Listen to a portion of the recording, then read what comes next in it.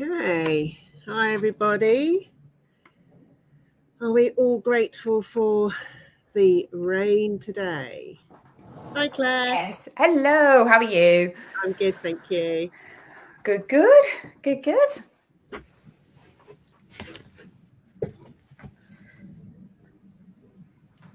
Hi. We've got Laura. Hi, Laura. Hello, hopefully I'm here. Yeah. Yes, the only person in the country in Scotland that doesn't have any rain today. So It's beautiful out there. fabulous. Wow. Okie dokie. So we're just waiting for a few people to join us. So just give it a minute or two. I think just to see if we get some people joining.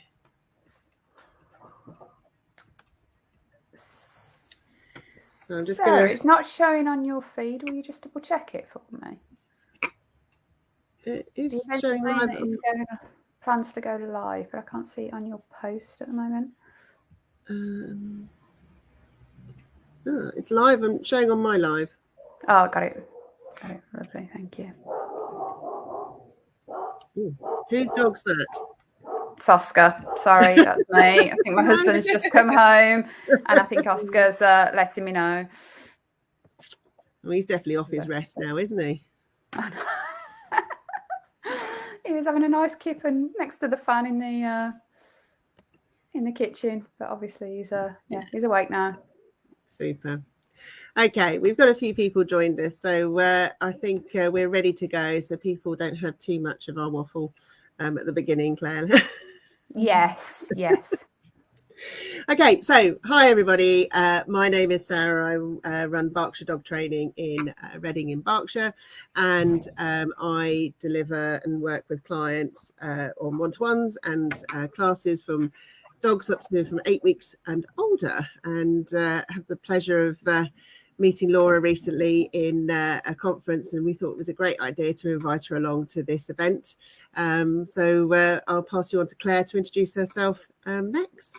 Hello, I'm Claire from Insight Hounds. I work with sight hounds and specialise in X-racing greyhounds, and I'm based in the Midlands. And along with Sarah, met Laura at a IMDT conference, and yeah. So, Laura, the vet says rest. Hello. Yeah. Would you like to introduce yourself to everyone? Well, I'm Laura, and I've recently moved to Scotland, and I run the dog owner training school, which is my training business. And the vet said rest kind of started up on the side because there were so many owners out there that needed help with their dogs. I mean, the vets are fantastic at the medical care that they offer, but obviously there's a lot more to it, especially if you've got a young, energetic dog and all of a sudden they can't go out for a walk. Definitely. So was there any sort of particular dog of yours that inspired this, or was it just working with owners along the way or families along the way? Yes, it really was just kind of working with owners. I mean, a real kind of big breakthrough case that I did a lot of work with was a young German Shepherd called Ted. And he broke his leg playing ball in the garden with his owner. But he was only 6 months old at the time. So it was I say the vets were fantastic with him, but he suddenly went from having great fun and kind of exploring the world to having kept in a crate almost constantly. And that then developed into a lot of behaviour issues for him because the owners didn't like putting him in the crate. He wasn't used to being in a crate. And also being a German Shepherd, he's a very young, active dog. And he ended up kind of getting quite aggressive to his owners, and the owners just didn't know what to do with him. So I introduced a lot of games and things that I've now written about in the book, which really, really helped him. Oh, brilliant. It's such a great concept and such a great book. And having experienced a dog with a broken leg before I was a trainer and before I'd read your book would have come in extremely useful for us along the way. So I wish I'd known you then and the book was around then, because I think, I know what it's like to very be in that position. Hugely. So I suppose on the stressful side of things, that's probably one of the parts of it, isn't it? You don't just one day your dog's running around and fine, and then the next minute the whole world changes for your dog and for you, and it's knowing what to do in that situation. Yeah, and I say it's just being aware. Say literally, I say with Ted's owner, he was just out playing ball in the garden. I think he just had his before dinner or something, and all of a sudden he's on great rest for 6 months. So it can change in a minute, and it can change to any dog. You don't have to have an old dog. It can. I say Ted was only 6 months old at the time. But I've also helped dogs that have developed kind of hip dysplasia, so kind of long-term health problems, or even just being castrated or neutered. I mean, my brother's dog, I was looking after him last week, and he's just been castrated. And he's, again, normally a very energetic Labrador, and all of a sudden he's in a crate. So keeping them busy. Yeah, I think it's one of those things that people just... you don't expect it. It's like yourself, isn't it? You don't expect to suddenly have to be, resting if you have an injury while you're out playing sport. I ended up having my appendix burst at my age, and I was like, well, I wasn't expecting that, and that was it. I was bedbound, and kind of just before Christmas, and I was like, no, all my social life and everything else, and it kind of you're kind of the same sort of experience, isn't it? You can't prepare for those unexpected events. No, because it literally can happen any time to any dog. Yeah, and I think the way you explain it in the book is really good for me, because we can articulate that sort of, you can say, Sarah, my appendix is burst, so now my life has changed to this. Yeah. But for a dog, it's just one day their world is one thing, and then the next minute their world is something completely different. And it's being able to work with that and understand that.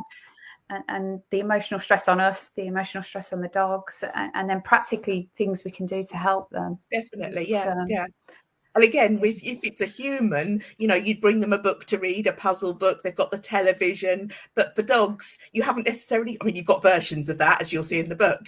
But owners don't necessarily know what to do with those dogs, because you can't give them a book to read in their crate. So... Yeah, that's very true. What would your best advice be for owners then? Because I know you've got a great chapter, I think chapter 6 in the book. So, what's your advice for owners in helping them cope? Well, so the big thing, I'd say being a pet dog trainer is obviously preparing owners and the dogs for the cases that you never know when it's going to happen. Right. So, for example, all my dogs are quite used to wearing cones. They're quite used to wearing a muzzle. They're used to going up and down a ramp, and all these things that we do while they're fit and healthy, so that if we ever need them, it's not an issue. I say my dogs are all they all have floor level sleeping areas, as well as they're allowed on laps and beds. Yeah. But if I want them to sleep on the floor, they will, because obviously if they were injured, they're not going to be allowed to jump onto the furniture. Yeah. Again, all my dogs are crate trained. So if anybody ended up on crate rest, it really wouldn't be an issue, because they're quite happy chilling in a crate. Yeah. It's not a sudden big thing for them. And also, I play a lot of the games with my dogs regularly anyway, especially if it's too hot to walk the dogs, or it's too wet or too cold, or even if I'm feeling under the weather and don't fancy a walk, or one of my children isn't well. It's bringing that stuff into your daily life so you can do it as and when, rather than just waiting for your dog to be ill and then having this big problem. Yes, yeah. And I think we've been looking at some hints and tips over the weekend with the heat, with people I work with, but some of the things in the book are really good for when there's a heat wave, and you don't necessarily need an injured dog or an unwell dog. And I think having exercise, isn't it? And working with Oscar at the moment, my dog, he's got a spinal injury, so and it's degenerative, so he can't train and work in the same way that he could when he was a lot younger. So it's like you say, the hip dysplasia, the age things, they all creep up on us. So it's having things in place for that. But also, of course, you've got the younger side of it as well, and you've got the puppies before they can go out, or the active breeds that you have to restrict their exercise because of their joints when they're tiny. So it's a great way of kind of mentally tiring them out before you can let them run around too much. Yes, that makes sense. So I'm conscious we've talked about conditioning equipment, and I think we've all just naturally... We're all dog trainers, we're all IMDT people. We've naturally kind of gone into trainer talk without realising it. So if anybody's going, what are they talking about, conditioning equipment? Would you like to explain, Laura? Yes, sure. What conditioning equipment means? So it's introducing the equipment in a very kind of slow and positive manner. And I always like to do this before the dog actually has to wear it. So that if, for instance, they've got a wound, whether it's from surgery or an accident, often they've got to wear a cone for quite a long period during the day, and it can be quite uncomfortable for them. Whereas what we tend to do is introduce it very gradually. So you might start off by just putting the cone on the floor and rewarding the dog for approaching it, and kind of, so they start to see it as a really good thing, rather than something that's really restrictive. Because what people don't realise about cones in particular is it actually blocks their vision, because they can't see properly when they're wearing them, and it changes their hearing. And so by doing it for little bits each day and gradually building up to the stage where your dog is quite happy to be wearing it, you want that tail wagging when you get the cone out, rather than just sticking it on them and getting them to put up with it, especially when they're feeling a bit under the weather or sore. Makes so much sense, doesn't it? It's such an obvious thing, but it's one of those things you just wouldn't necessarily plan for and think about. No. But, having that positive association, because often, as you know, the cones come when they're so stressed and upset already. It's just another layer of it is, something to be unsure of. So makes a lot of sense. Yeah. Lovely. And I think it's always important just to make sure that we remember to put the stuff on the ground, because then it can't be moved. That's the reason we do it, so they can choose to actually go towards it and things like that, and then build up gradually. It's really important. I do a lot of that with my classes. And the other thing that's very subtly different to that is it's rewarding the dog when they approach the cone, then the reward comes, rather than kind of almost getting them to have to interact with the equipment. 100%. Some dogs find that quite scary. Yes. Yeah, 100%. So it's all so for people watching it, it'd be if your dog takes a step towards the cone, that's what we're rewarding initially. Drawing the cone or going near it, rather than we go up to them with a cone and go, here's a treat, here's a cone, go on. Definitely. And doing it at your own dog's pace, because all dogs kind of accept things differently. Yeah, no, definitely. And I've through my generation of dogs, I've in all sizes, I have about 4 or 5 cones and like the inflatable. So anyone wants to borrow one to do some conditioning, please get in touch. Well, if you're in Scotland, I've got the full set as well. So I've got all colours. Amazing what colours you can get of them, actually. We've done conditioning of equipment now, and I guess obviously there's the training element, isn't there? So we've got the conditioning of equipment, but obviously you talked about how your dogs are know where to sleep on the floor, and they know crate training, and I think the one I often get asked about with clients is those that are kind of jumping up, excited greeters, that's where our skills come in to help our clients, if they've got those behaviors, to help them prepare and manage those in event of an injury or surgery. What's your thoughts and hints and tips on that? Again, a lot of that kind of comes down to everyday, almost what I would cover in my pet training classes. So it's things like, for example, my dogs, none of them go up to the front door. So they all get used to the fact the doorbell goes, they go into the utility room, then the humans come in if we have visitors, and then it's up to me whether or not they're going to meet and greet. And it just keeps it nice and calm, because 100%. We've got 4 dogs. So it'd be quite intimidating for someone to walk into 4 dogs. Yeah.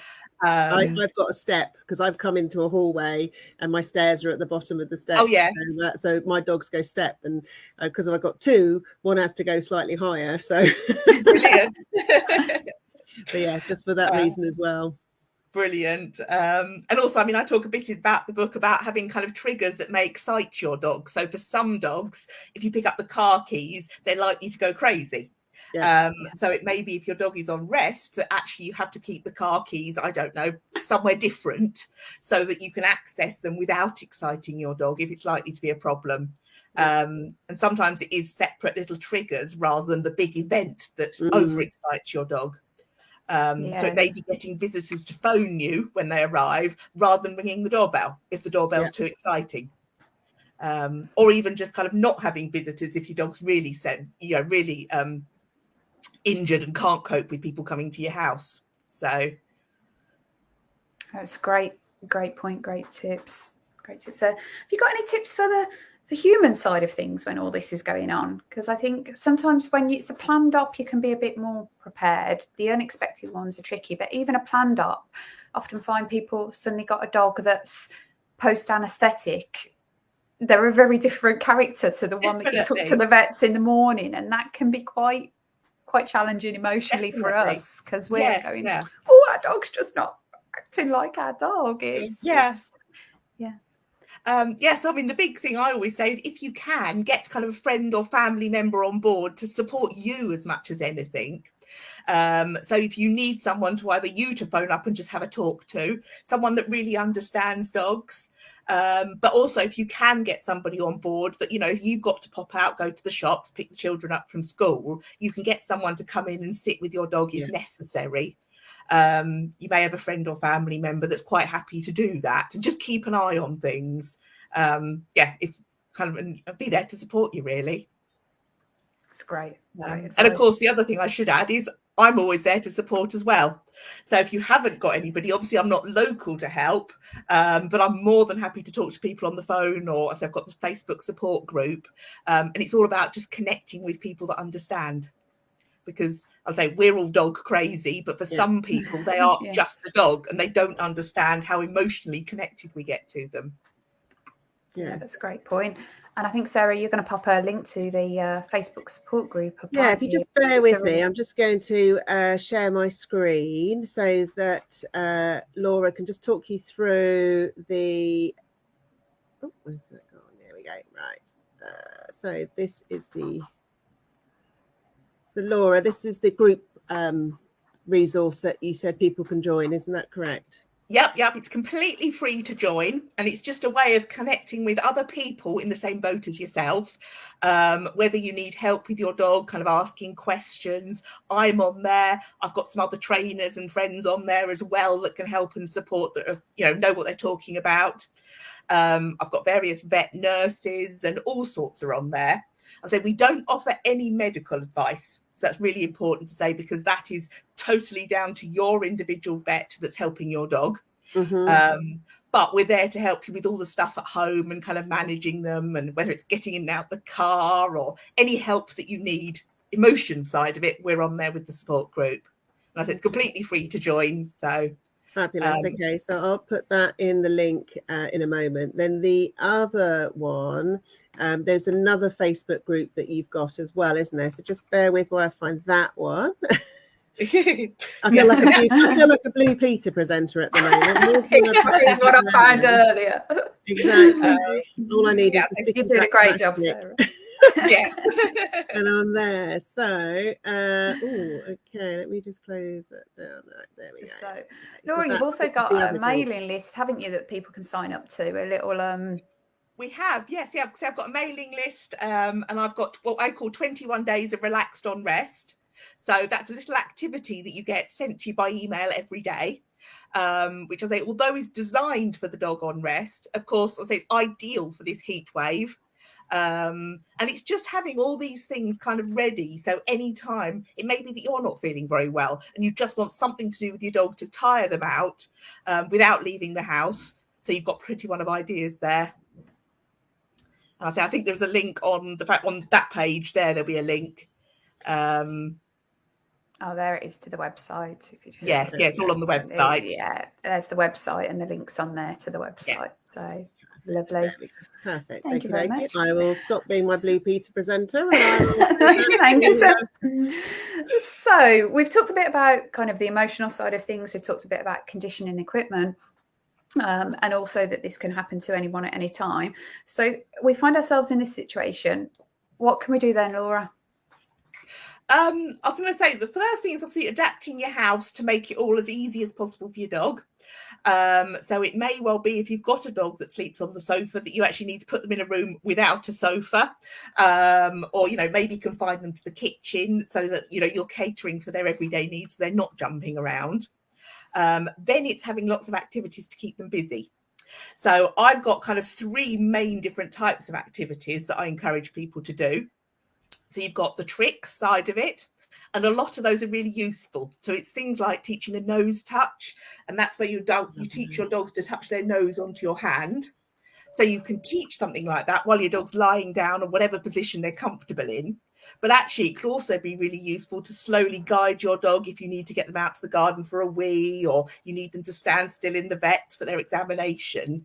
And I've got a number of very similar tricks like that in the book that have got other uses, but it's mentally tiring to teach them to your dog.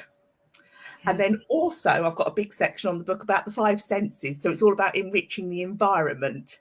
And as we were saying earlier, if you had a person ill in bed, you might bring them a book, turn the television on for them, bring them some grapes or chocolates to eat. And it's all about kind of enriching those 5 senses. And this is a version of doing the same thing for your dog. But without the chocolate and grapes. But without the chocolate and grapes. Without the toxic stuff, yeah, definitely. Oh, that's great. That's great. So what would be your top? So that hand touch, I think, just going back to that, that is one of my favorite exercises. I love hand touch. I love that at class, and I think it's got so many uses. I was working with someone the other day, and they've been using it because their dog's been having physiotherapy, and they're using it to keep the dog occupied while the laser treatment part of the physiotherapy was going on. But so with the 5 senses, I really like this section on the book, and enrichment. Sarah and I are big fans of enrichment. I think most of us are, aren't we, in the dog training world? Definitely, it's such a great thing. But have you got a top tip for each sense? One of the I mean, a lot of it, I always say, is kind of thinking about, because when your dog goes out for a walk, they're walking on different surfaces. They can hear things, they can see things, they can smell things. So often it's all about bringing that outside in for your dog. So I've got like a big plastic paddling pool for children, like one of the shell things. They're quite easily available. So if I've got working with the dog on rest, we might put some leaves in the paddling pool that we've collected from the woods, so they'll naturally have the scent of kind of rabbits and birds and things on. We might put some different treats in there, so they've got different things to taste. Obviously, all dogs safe, and make sure that it's suitable for your dog. Yeah. You can get things like dog television on YouTube. Did you know that? No. That's a new one on me. I'm going to be Googling that when we're off. Google dog television. And it's actually really good because it's got things like birds and squirrels and rabbits moving around. And again, I was working with a pointer that broke one of his toes, and he was really into the dog television side of it. It was brilliant for keeping him busy. I might need to be careful with that. Izzy recently jumped at our televisions on the wall, and she saw a rhino on there, took a dislike and leapt at the telly. So I might have to avoid squirrels. I'd be definitely very cautious about squirrels myself as well. I wouldn't have a telly, but no, I'm intrigued. I'm gonna have a look at that. No, definitely. And also, of course, it's a really good one to actually get your dog very carefully used to things like fireworks and different sounds you can get them used to. But it's just making sure that your dog isn't kind of startled by any of the noises or overexcited by any of the activities. So again, it's playing stuff very quietly to start with if necessary, and just see how your dogs react to it. Oh, that's great. I love the idea of bringing the outside in. I wouldn't have considered that. I wouldn't have thought to go and collect leaves. And I'm a big advocate of sniffy walks and taking them to the long grass and the trees. And that's something I often talk about, and I think it's great. But I wouldn't have considered bringing it in. I think that's such a good idea. It's brilliant. And I mean, the other thing, of course, with the dog on rest is even giving them different surfaces. So something that I really noticed in the hot weather here is one of my cats has taken to sleeping in the shower tray. And it's because it's plastic and it's cool. Whereas a lot of dogs only have carpet in their house. So we sometimes, when we're working with them, we might put down a damp towel on the floor, or we might put down an old doormat, and it's, again, your dog can choose where they're comfortable lying. And it's just being imaginative with it. Yeah, and even just with blankets, you can get so many textures, can't you? You can get like the fluffy ones, the fleece ones, the more traditional ones. Yeah, there's so much out there compared to a normal duvet cover. They've all got different textures going on, haven't they? And then again, with the sense of touch, it's giving your dog a bit of a massage, get your grooming brushes out, because if they are wearing a collar, they probably can't brush themselves or groom themselves. So it's thinking about, when they've got their collar on, where can't they reach? Because obviously you don't want them to reach their wound. So it may well be using it, just, I say, very gently, and obviously making sure your dog's happy to be handled anyway. but just introduce a bit of kind of grooming for your dog if they can't do it themselves. Yeah. Yeah, that makes a lot of sense. Makes a lot of sense. Really, really good tips. Lovely. Thank you. And I think scent, you can do so much with scent as well, can't you you? I can, think yes. that what dogs know about scent to what we can comprehend is huge. It's amazing. Mm. Yes, yeah, it's amazing scent work. And I mean, you could do simple things just by bringing bits in for your dog. I mean, herbs are quite good. A lot of dogs like the kind of smell and taste of different herbs. Or you can go one step further and actually do scent work with them, which again, you can teach the very basics while they're lying down or whatever position they're comfortable in, so they don't have to do any movement. But then you can take it further if you've got a dog that ends up with kind of long-term injuries. So say you've got your dog that you were planning on doing agility with and they've got hip problems. Yeah. You could then go on and actually even compete in scent work with them because it's all very low impact. But it still gives you and them the challenge of working together. So it's great. And any dog can do scent work. Yeah, I absolutely love scent work. And again, with Oscar, with his injury, we do a lot of scent work out in the garden, out and about. And he's got scented mice. Brilliant. Scented toy mice that he goes out and finds, and he's got such a sense of achievement about him. Whereas definitely. I can't do recall or anything fast with him, but he goes pottering around the garden to find his little toys and bring them to me, and you can just see him so satisfied and happy, and then he's off back to sleep again. But even with restricted movement, I'm also just I've just had a thought actually, guys. You know what Steve Mann's favourite hobby is the rucksack walk. Yes. So we've got a handout on the feed for the rucksack walk that I've got, which is taken from his book. But it's I think that could be really fun because you introduce like a metal object or spoon or something, and then you've got a scent, and then you've got a taste, and just chill and stuff. And if you do some of that before the you have to do rest as well, they kind of get used to the sort of. They do, It's a lovely bonding thing, isn't it? Definitely. Yeah, and it's a nice, slow, gentle activity, but loads of stimulation in there. And and I think sometimes people think as well when a dog's energetic that they need to walk it loads and burn off that energy. But often, if you can use the mind and use all the different senses, that can be as tiring as it really can. The walks sometimes. Definitely, I've got a young working cocker, and I say he could walk all day. But that's again why I need to build in these kind of enrichment activities, and he's quite happy. I say that mentally tires him out. So excellent. Ooh. Excellent. Ooh. So if people want to buy the book or find out more about the book, Laura, where is the book available? Well, the book's on Amazon. Sarah, have your Blue Peter link ready? I think the book's on Amazon, so you can get it direct from there. But I say I'm also more than happy to talk to anyone. I say you put up the Facebook page and the support group, so you'll feel free to contact me anytime, and I think we can chat either on Messenger or Zoom, or I can even talk on the phone if you want help with anything. But the book's a good first start. And is that saying the Kindle editions? If they're Unlimited, on Kindle Unlimited, it's free at the moment. Free, yes. Yeah, definitely. So if you've got Kindle Unlimited, jump on that. That's definitely. That's great.